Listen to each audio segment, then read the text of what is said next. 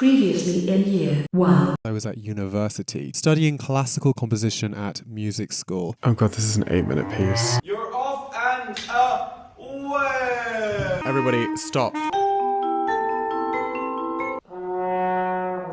B-movie script. I'm not black. Coming up. Say hi. Daddy said shush. Baby versus oven. I just want to remind people I was going through a hypomanic episode when I made this. I think that's an instant 5-star. We're moving into year 2. Now. Woo! Okay, so picture the scene. It's second year, you've been sucking Sticks and blocks. all summer, going to shows, having a really good time, and then September rolls around and you're back to school and you've got to write another piece. This time it's for clarinet quartet. I want to preface this by saying that I had a really, really bad time doing this project. To give you a little taste of the pain that I was in during this process. Isn't that great? That's really nice. So I was really into the idea of moving and playing at the same time, and I thought that clarinet quartet was like a kind of great way of doing that. So I was really into this idea of like having the clarinets move around, like move in a circle or something. I'm not really sure. We'll see when we look at the score. I also had COVID actually during the workshop. The workshop is when we recorded this piece. I could only attend online, and I obviously hadn't been to any of the rehearsals, so I had literally no idea how it was going to sound. I had no idea what was going on, and at that point I was completely checked out. I've done my job and I've done the best I can. Well, the ensemble couldn't play the first section, even though it was written fine. It was too hard for them or something. Anyway, not to sound too salty, let's get on with the listen. So the first movement, I have a MIDI version of it. Oh my god, let's just experience it. Fresh.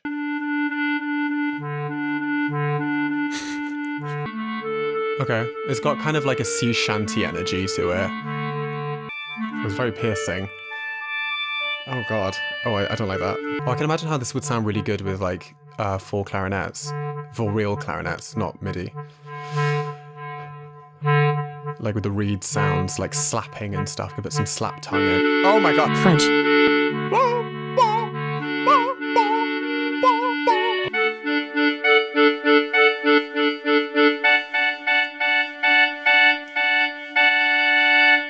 It wasn't terrible. I mean, it's just kind of like, it has like a sea shanty energy. Okay, let's listen to the rest of it. This is real clarinets playing.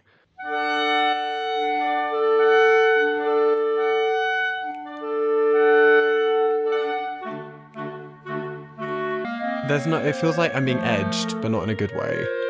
This is just gooning. Gooning in music form.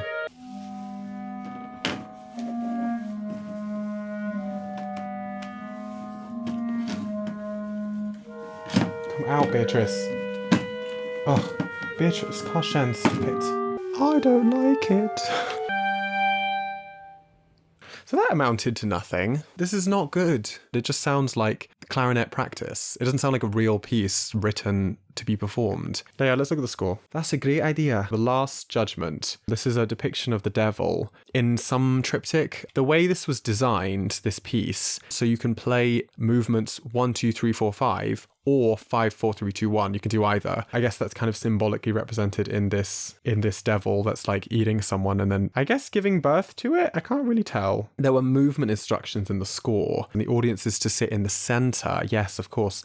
And there are different positions, and the clarinets are written to like move between them. So like move from position 1 to position 2 or 2 to 3 and stuff like that. And that's why I think a lot of the material sounds kind of boring. It's because you're meant to be in the center listening to it move around you. And that's kind of adds more to the experience. And that's kind of missing in this recording because the performers didn't want to move.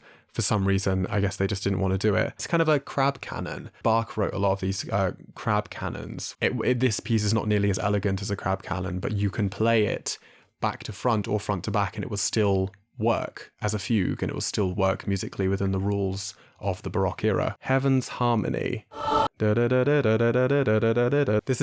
is incomplete because it's like it hasn't been performed in the way that I think it was meant to be performed. I'm going to give it unrated. Let's move on. Quickly. Okay, this is where things start to go off the edge. trickle off over the Niagara Falls of crazy. To give context, it's spring 2022. I'm going through what I now understand to be a period of hypomania. So now hypomania is something you experience if you have kind of mild bipolar disorder. I was edging close to like delusions of grandeur. I had this delusion that everyone was obsessed with me, and I would walk along like the South Bank river, like the South Bank of the Thames, and I would be listening to music, and I would just genuinely believe that everyone was looking at me and that everyone who had their phone up was like filming me. My music started to take on a unhinged expression that kind of doesn't leave for the rest of this video, so strap in. So I was really into like games at this point and like how games can be turned into music. And I mean specifically games like Solitaire, where there's like an element of randomness to them, but you also can play them at the same time. And I was really interested in encoding that randomness into the music I was making. I had this series of pieces called Gay Rituals, where I would turn different forms of single player card games like Solitaire, for instance, of which there are roughly 1,000 different versions, into music that can be performed. Not just music, but like performance art, where you can play the game on stage and it will change the way that the music sounds. I made this deck of cards that I can use in the game, which was basically an analog for the playing cards that you'd use in Solitaire, but they were designed to generate music. And I had also recently produced some children. This is Beatrice. Say hello, Beatrice. This is Car Shen. Beatrice, get inside. Stop messing around. This is Frankie. Say hi. Olga. She has an issue with her pituitary gland. That's why she's so small. Susanna. And then we have... Oh, don't do doggy style, Miss Thing. And then this... I actually forget her name. Oh my god, I've forgotten my child's name. Tongue waggling doll. This is a really scary image. I wanted to kind of create a piece that would emulate the experience of like a kid's birthday party with all like the screams and the crying and all the like horrible sounds of that. Let's have a listen. Okay, so I'm playing the game, and part of the game requires me to show the card. Oh. I love these ominous blurs. Oh god, I look muscular in that as well. Oh, where did that go? I look so fit. Oh, okay, so what happened is that I played the game and it lost, and I have to reshuffle the deck and play again.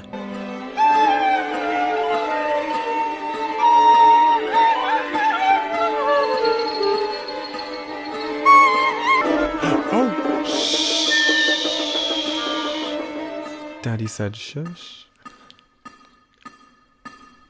Oh, I'm trying to turn off the metronome. Okay.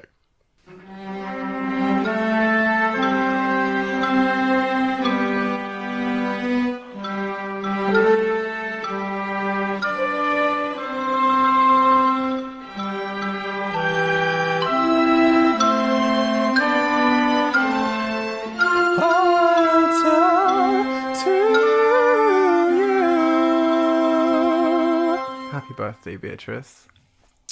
Oh, that was so cute, the ending. I forgot it went that way.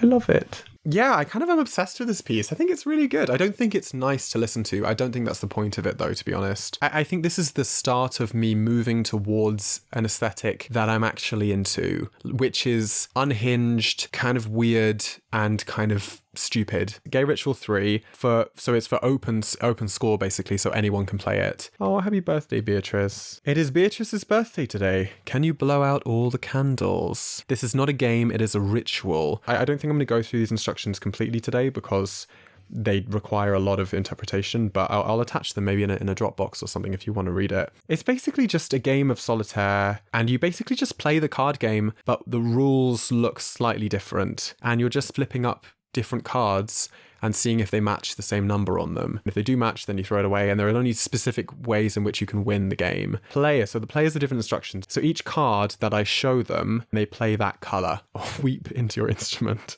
I'm going to give this 5 stars. Is that crazy? What do you think, unnamed child?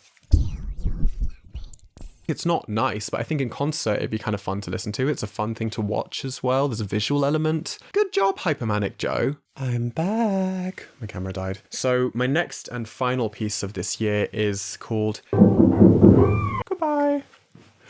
Oh, fuck. I submitted this to a university with that title and I got graded. Hypomanic Joe. Okay, so it was for solo piano. At this point in my life, I was really into the sound of children crying. I wasn't getting a lot of sleep. I was obsessed with this album by Aisha Erotica. Originally, it was called Boby, B-O-B-Y. I think it's been renamed now to Where Is That Damn Baby? I was absolutely obsessed with it. And it's an EP basically about killing children. And I couldn't get enough of it. So this was another game piece, but it was a lot more elaborate. So I made this game board, which has since been thrown away, sadly, of snakes and ladders. There would be 2 pieces on the game. One of the counters would correspond to the pianist and it would dictate what they would play. And another counter would correspond to a speaker that I would put inside of the piano, and it would play different samples of children crying or the sounds of furnaces. I remember the workshop, the recording of this, and all the other composers were in the room out of shot. They just were looking at me like,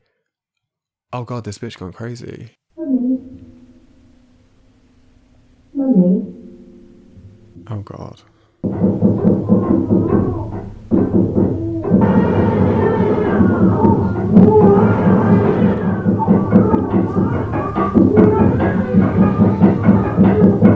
Beatrice, cover your ears. Don't listen. It kind of drowns out the sounds of the baby. Okay, this is kind of boppy though.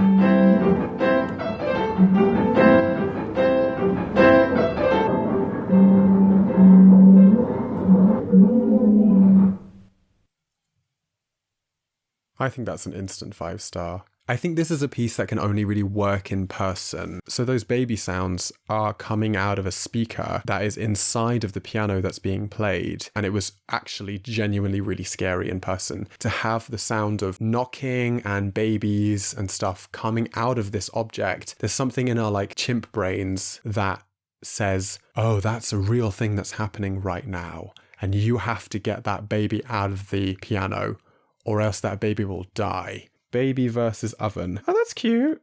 JF 2022.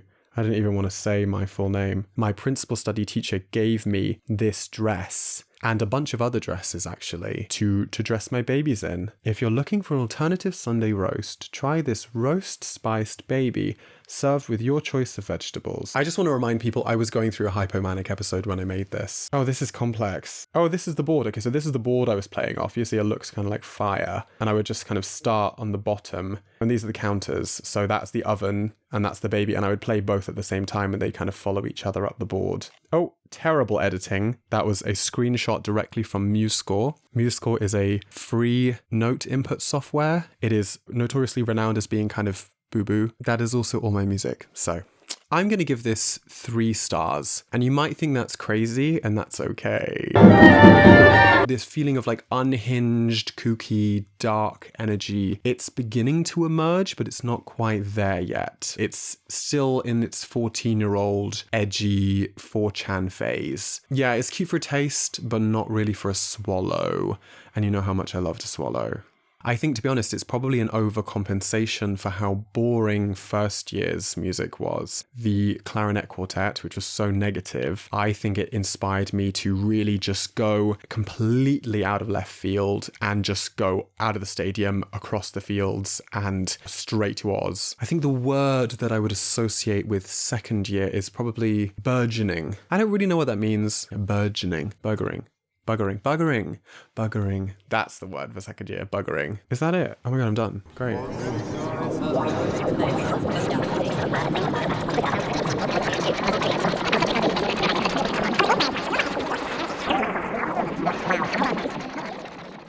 Baby, I'm burning out of control. Baby, I'm burning. Did it die? Was I not filming? Oh no, was I not filming?